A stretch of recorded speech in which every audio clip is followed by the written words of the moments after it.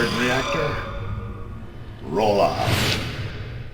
What's going on, Reactor Rides? I'm Mike. I'm John. And we're back for another review. This time we are reviewing Agent Carter is back for... Kata! Not that Carter. Not Rush Hour. Agent Carter is back for a second season. We didn't really do podcasts on that show when we were doing the podcast, but it was one of our biggest favorite shows, I think, that year. Definitely one of my favorite shows, one of your favorite shows, Yeah. and this is a big premiere because 2 episodes, they debuted back-to-back, the first one and the second one, and pretty much we'll be talking about both episodes. Agent Carter, she's back. But now she's being moved to LA just because, her boss, what a dickhead, just doesn't want her there. So now she's under the supervision of Chief Souza. Souza, yes. The handicapped guy. Yeah. He's handy capable, John. He is handy capable. But yeah, he's the new chief in the LA branch of the SSR.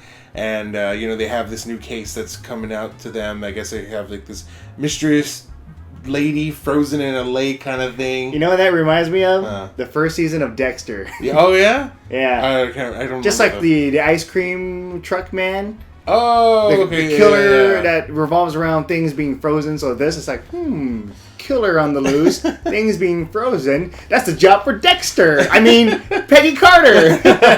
But yeah, it's a long. I could see why they would do the 2 episodes back to back because they all kind of coincide with each other. Yeah. Rather than just kind of splitting them up, it's a lot to take in.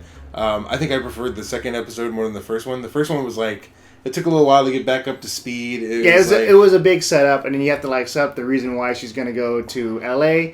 And then you got to introduce some characters. So far, we were introduced to this guy. I forgot his name, but then he had a girlfriend, Whitney Frost, an actress. And then we were also introduced to a scientist, Mr. Wilkes. Oh yeah, Jason Wilkes. Yeah. So yeah, he works at what is it? Isodyne. Isodyne. Yeah. Yeah, they're basically science.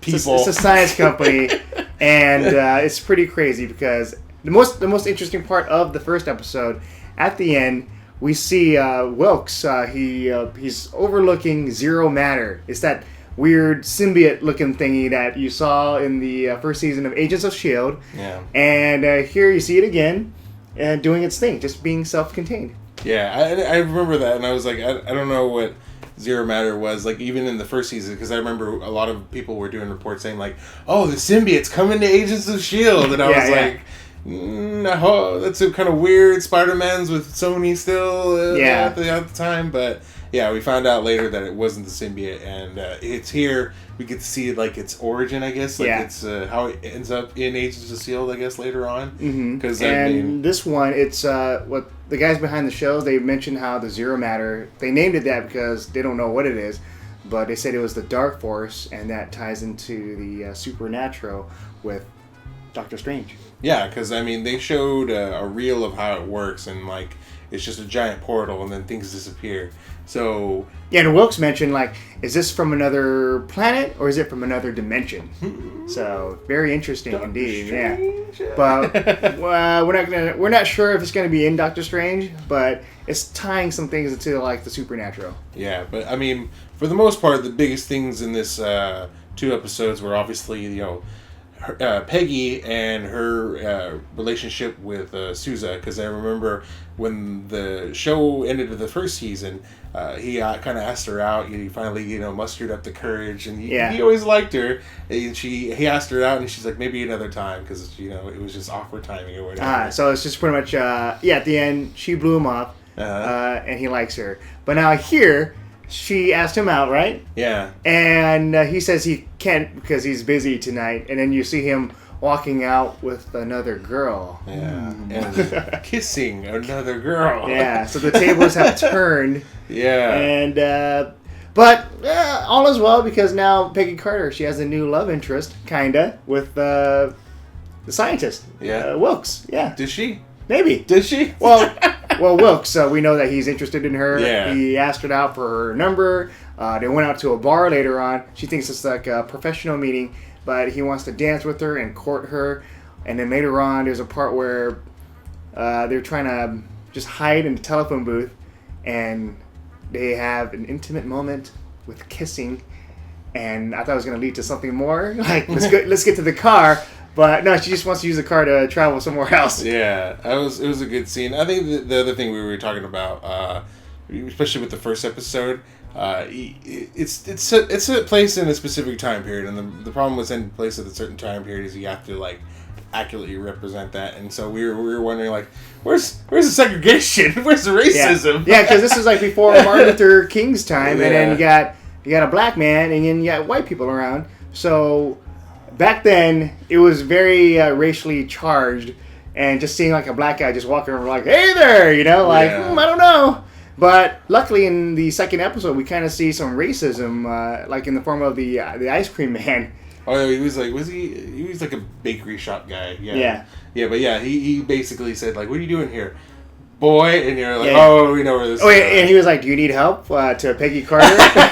And it's like, no, she's perfectly fine. It's like, I'm not talking to you. And she's like, what? Yeah, I just, he's with me. Yeah, it was, but, and the thing I like about it, though, is that Wilkes kind of shrugged it off like he didn't even mention anything. Like, yeah, because I guess he just knows about it. It's like a regular thing to him. It's just like, let's say you deal with racism every day.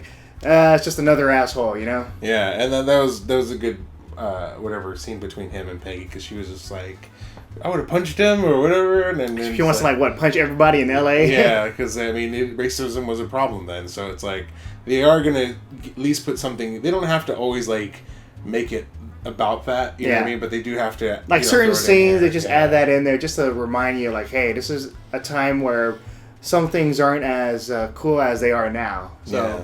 It's like if I saw a Mexican in there and he was like the head of like the FBI, I'd be like, what?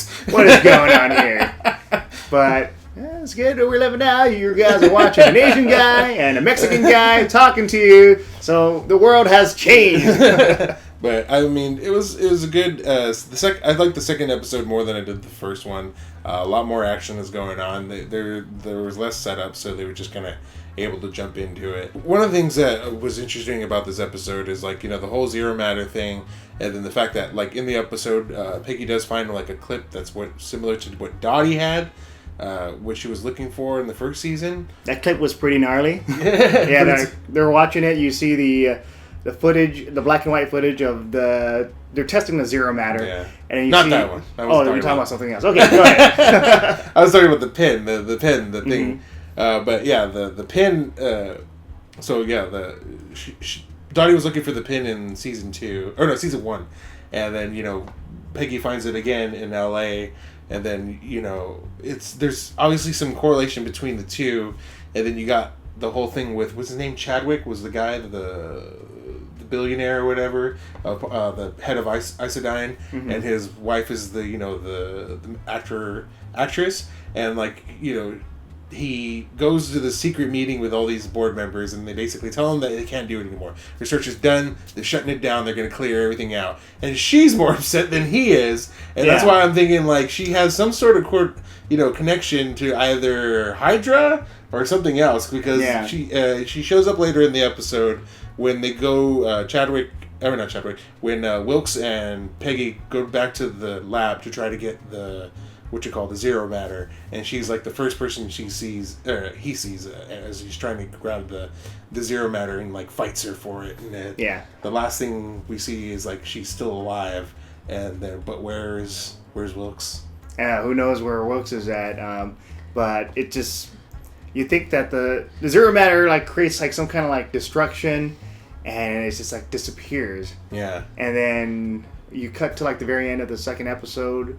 You see Whitney Frost, she's alone by herself, but then you see Chadwick knocking on the door, is everything okay, or what's going on? And she's just scared, and she lifts her hair to the side, her bangs to the side, and you see an opening here. She's got the Horcrux now. She's part of what's her name, Voldemort. yeah. She's got the curse. She's got the lightning curse. Wow. No, it's not the curse. No. So somehow the Zero Matter is inside her, kind of like a symbiote. No. Okay. But yeah, I mean, what happened? How did it get in her? And what happened to Wilkes? Because I mean, he could have been a possible love interest for Peggy Carter for this season. Oh, maybe he survived. We'll probably see him in the next episode, or something will be explained. Yeah, we'll find out. But yeah, I like this episode. Let us know what you guys thought about it. You can comment in the comments right below, right here. Yeah. Like this video if you want to see more videos like this from me and John and other nerd reactees. Thank you guys for watching. Subscribe, and we'll see you guys next time. See ya.